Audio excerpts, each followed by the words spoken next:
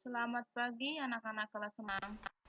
Hari ini kita belajar PPKN, tema 3, subtema 1. Dibuka bukunya halaman 11. Oke, itu menganalisis pelaksanaan kewajiban hak dan tanggung jawab sebagai warga negara dalam kehidupan sehari-hari.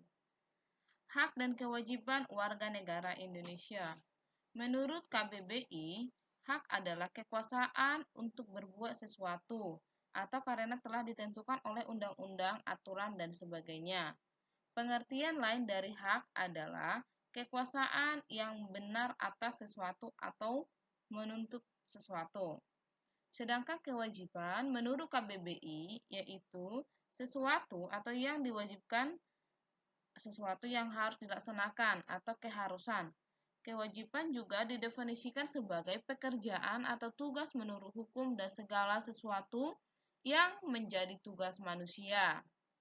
Penggunaan hak yang bertanggung jawab. Hak adalah sesuatu yang harus diperoleh di setiap orang sejak lahir. Hak harus digunakan dengan bertanggung jawab agar tidak merugikan diri di mana maupun diri sendiri maupun orang lain. Hak biasanya baru diperoleh setelah melakukan kewajiban. Misalnya, Dedi sebagai siswa berkewajiban belajar dengan tekun di kelas. Hak yang diperoleh Dedi adalah Dedi dapat memahami pelajaran yang dipelajari di sekolah. Setiap warga negara memiliki hak dan kewajiban yang sama. Hak dan kewajiban tersebut harus dilaksanakan seimbang sehingga tidak menimbulkan dan memicu masalah. Contoh hak warga negara mendapat kehidupan yang layak dan sejahtera di Indonesia. Contoh kewajiban warga negara menghormati, memperjuangkan, dan membangun Indonesia agar menjadi negara yang maju. Hak dan kewajiban anak di rumah. Apa saja hak dan kewajiban seorang anak di rumah? Berikut jawabannya. Yang pertama, setiap anak berhak untuk mendapatkan cinta dan kasih sayang. Kedua, anak berhak mendapatkan perhatian.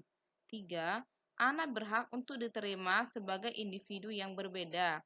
Empat, anak wajib untuk berbakti kepada orang tua. Lima, anak wajib membantu orang tua. Enam, anak wajib belajar di rumah.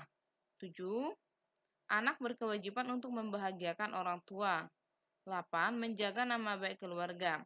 Nanti dibaca sampai 12 ya nak.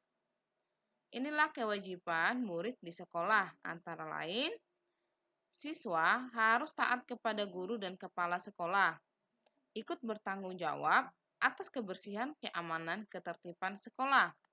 Ikut bertanggung jawab atas pemeliharaan gedung, halaman, perabotan yang ada di sekolah. Membantu kelancaran pelajaran di kelas, ikut menjaga nama baik sekolah, guru, maupun pelajar lainnya, baik di lingkungan sekolah maupun di lingkungan di luar sekolah. Menghormati guru dan saling menghargai antar sesama murid. Dibaca sampai selanjutnya ya nak ya. Inilah yang merupakan kewajiban murid di sekolah. Sekarang hak siswa di sekolah atau hak murid di sekolah. Yang pertama, berhak mendapat perlakuan adil atau nilai dari guru dan perlindungan. Berhak mendapat bimbingan dari guru dan pendidikan. Berhak meminjam buku di perpustakaan. Berhak mempunyai banyak teman. Berhak menggunakan fasilitas yang ada di sekolah. Hak dan kewajiban anak di masyarakat. Anak-anak merupakan bagian dari warga masyarakat. Oleh karena itu, anak juga memiliki hak dan kewajiban di lingkungan masyarakat. Anak berhak mengembangkan kemampuannya di masyarakat, baik dalam bentuk hobi atau kegemaran, ataupun kemampuan bersosialisasi. Lingkungan masyarakat juga berkewajiban memberikan fasilitas yang memadai bagi anak-anak untuk mengembangkan potensi mereka. Kewajiban seseorang dan dampaknya. Kewajiban anak yaitu belajar rajin. Dampaknya, jika dilaksanakan, kewajiban tadi adalah anak tersebut akan memiliki banyak pengetahuan dan pintar. Dampaknya jika tidak dilaksanakan, yaitu anak tersebut hanya memiliki pengetahuan terbatas. Kewajiban seseorang dan dampaknya.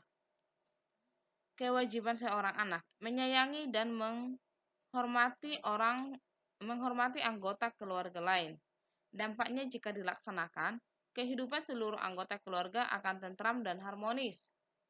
Dampak jika tidak dilaksanakan, hubungan anggota keluarga menjadi renggang. Ini kewajiban seorang anak di rumah ya nak ya. Oke, contoh faktor-faktor yang mempengaruhi hak anak. Di lingkungan rumah, contohnya kemampuan ekonomi keluarga, aktivitas orang tua, aktivitas lain di rumah. Di lingkungan sekolah, waktu belajarnya, waktu bermain, baru aktivitas lain di sekolah. Baru yang mempengaruhi di lingkungan masyarakat, kesadaran masyarakat dalam menjaga kebersihan, usia, kesadaran masyarakat dalam menjaga keamanan. Inilah faktor-faktor yang mempengaruhi penggunaan hak anak-anak, penggunaan hak kita sebagai warga negara ya, baik di lingkungan, rumah, sekolah maupun masyarakat. Manfaat menggunakan dan dampak tidak menggunakan hak dengan bertanggung jawab. Tadi sudah ada contohnya di bagian awal, di pertengahan, dan ini juga ya. Hak adalah sesuatu yang harus diperoleh setiap orang sejak lahir. Penggunaan hak harus dilakukan dengan bertanggung jawab agar tidak ada yang dirugikan. Seperti contoh lain ya. Jadi di sini tadi hak anak waktu di rumah, dan di bagian bawah ini hak anak waktu di sekolah ya. Kalau tidak dilakukan maka pengetahuannya terbatas. Jadi kalau di rumah kalau tidak dilakukan maka hubungan kekeluargaan akan renggang. Kayak contohnya di sini, mematikan televisi setelah menonton merupakan contoh penggunaan hak pemanfaatan listrik secara bertanggung jawab. Ya. Jadi ketika kita sudah melakukan hak kita, di situ juga kita sudah melakukan tanggung jawab kita. Ya. Oke, sampai di sini. Terima kasih. Kalau ada yang belum mengerti, belum tahu, silakan dihubungi Bu Christine ya. Terima kasih. Salam sehat.